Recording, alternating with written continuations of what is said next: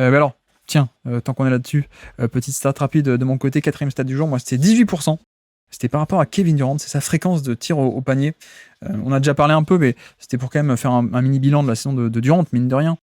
Et c'est vrai que 18% de fréquence de tir au panier, il a jamais été aussi bas dans sa carrière. Et en même temps, j'ai envie de te dire, ça me semble un peu normal parce que déclin physique aussi.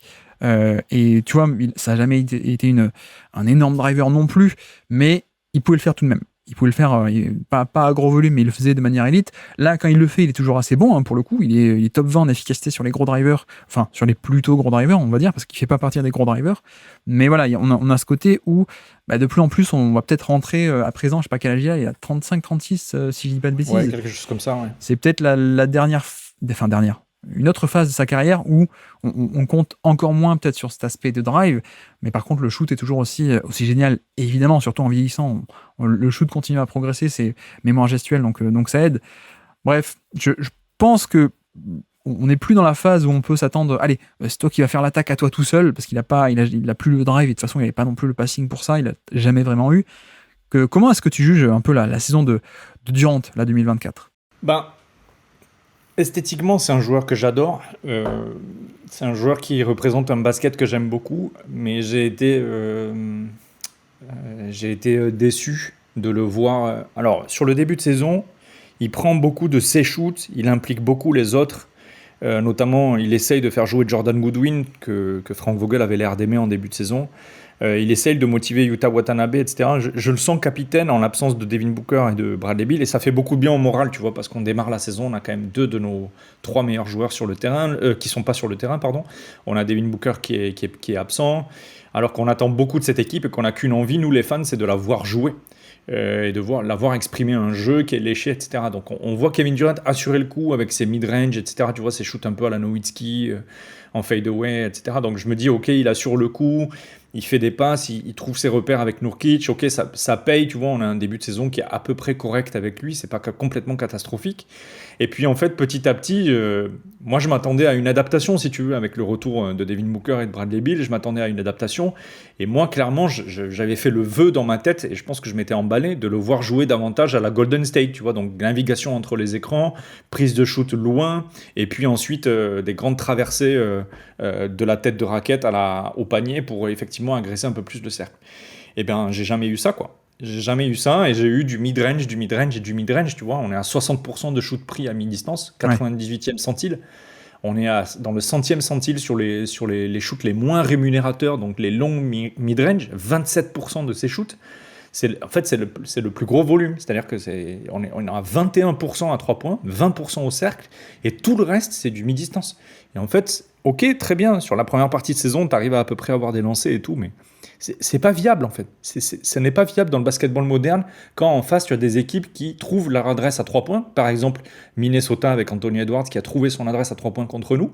Ou quand tu as des équipes qui structurellement ont des volumes à 3 points qui leur permettent, même avec un pourcentage relativement, disons, faible, tu vois, entre 37 et 38, ou entre même en dessous, entre 35 et 38, arrive à générer plus de points que ça. C'est juste mathématique.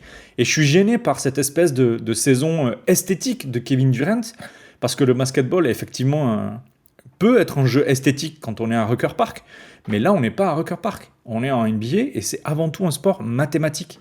Et c'est ça mon problème avec Kevin Durant cette saison, et j'espère que ce problème sera résolu par Bud la saison prochaine, qui est un mathématicien du jeu.